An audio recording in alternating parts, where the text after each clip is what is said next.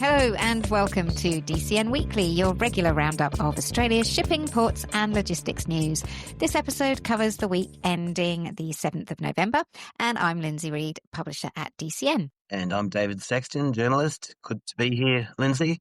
We've got a busy week of stories ahead, from major investigations and industrial disputes to carrier results and even a festive maritime float. Yes, absolutely. Well, first up, the ATSB has released its final report on the collision between the 8,400 TEU Maersk Schakal and the sail training ship Leeuwin II in Fremantle Harbour last August. Yes, the report said the crash was caused by poor bridge communication and operational errors. A missed helm order meant the container ship didn't turn as planned and struck Leeuwin II, dismasting it and injuring 2 crew members. Yeah, according to the report, audio from the bridge revealed that the lead pilot never gave the crucial order. The helmsman continued on the previous heading, and the second pilot was distracted by what they called a non-essential phone call. Tug operations were also delayed at a critical stage. The report also noted that Fremantle Port's risk controls weren't fully followed.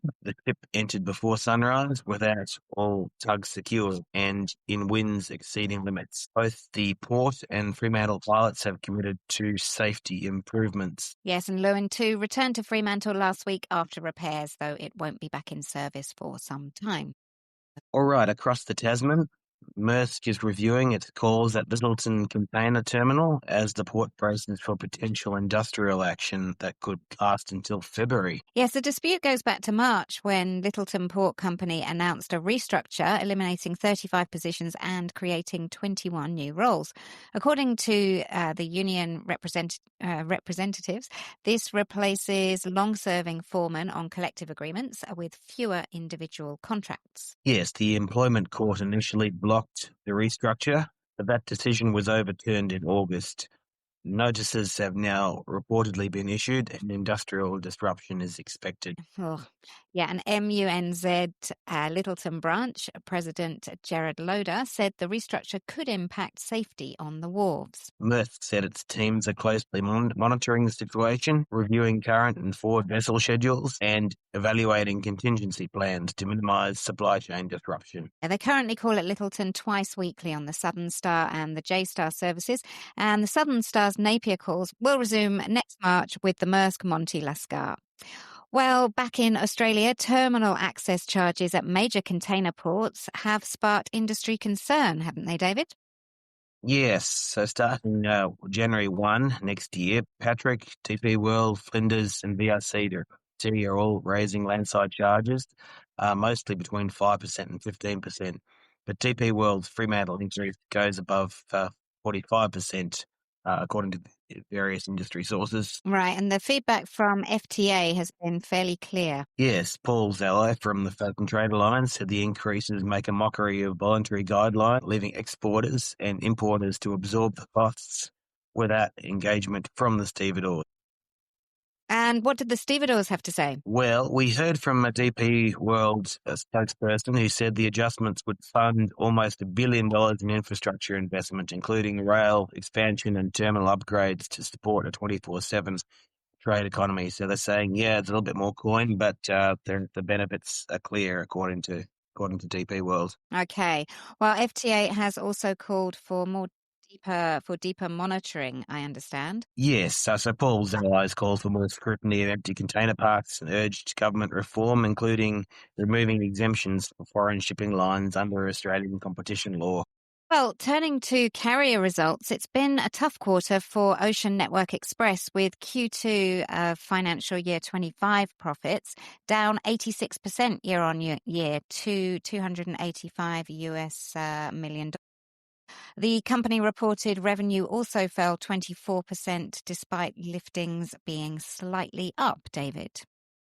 Yes, so ONE Chief Executive Jeremy Nixon said the results demonstrate resilience in a challenging market, citing tariff uncertainties, Red Sea rerouting and fleet adjustments to meet customer demand. And we've also reported today on Maersk's quarter 3. Yes, by contrast, it's reported sequential growth in the 2025 third quarter, raising full-year guidance. Okay, and we understand CEO Vincent Clerk credited operational improvements, the East-West network and cost control. Yes, and Maersk expects global container volumes to grow around 4% in 2025, although the report notes ongoing Red Sea disruptions and market uncertainty. So a bit of a contrast there. ONE weathering the storm while Maersk is expanding steadily, but each adapting to somewhat volatile global conditions. Well, over in South Australia, the Australasian Marine Pilots Institute, or AMPI, their regional ports and pilotage conference kicked off at the Hilton Adelaide this week. Flinders Ports General Manager Carl Cavina gave the keynote, talking about Flinders Ports' roles, subsidiary operations like Flinders Spencer Gulf Marine Services, and emerging topics such as cruise ship management. Yeah, and he also highlighted upcoming projects, Gateway SA, SA Premium Cement, Venice Energy, and Flinders Port's mission to provide safe, innovative and sustainable port infrastructure. And finally, still in South Australia, we have a bit of a lighter story. Flinders Port Holdings is bringing maritime magic to this year's National Pharmacies Christmas pageant in Adelaide. Yes, the float debuting Saturday, 8 November, that features a replica pilot boat, straddle carriers, containers, and Flinders Port holding elves ticking off Christmas gifts, complete with a blue fabric ruffle to mimic water. Elves on the waterfront, that could leverage some productivity benefits, who knows? Yeah, brilliant. According to Flinders Port Holdings, it's their first custom-built float in 5 years, officially launched this week at Outer Harbour, a festive nod to the role ports play in moving goods and bringing joy across the state. Fun way to end the week.